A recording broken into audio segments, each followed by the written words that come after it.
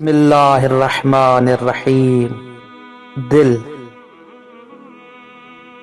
رسول اکرم صلی اللہ علیہ وآلہ وسلم فرماتے ہیں دل 4 قسم کے ہوتے ہیں۔ 1، جس دل میں ایمان تو ہوتا ہے مگر قرآن پاک نہیں ہوتا۔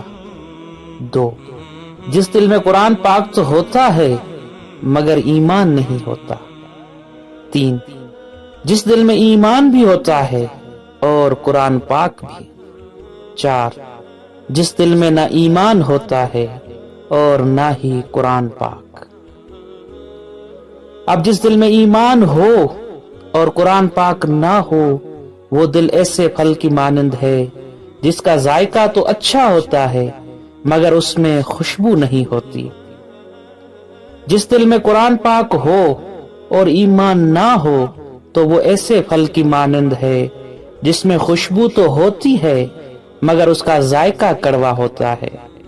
جس دل میں ایمان بھی ہو اور قرآن پاک بھی ہو تو وہ دل ایسی تھیلی کی مانند ہے جس میں خوشبو ہوتی ہے، چاہے اس تھیلی کو کھولا جائے یا بند رکھا جائے خوشبو آتی رہتی ہے۔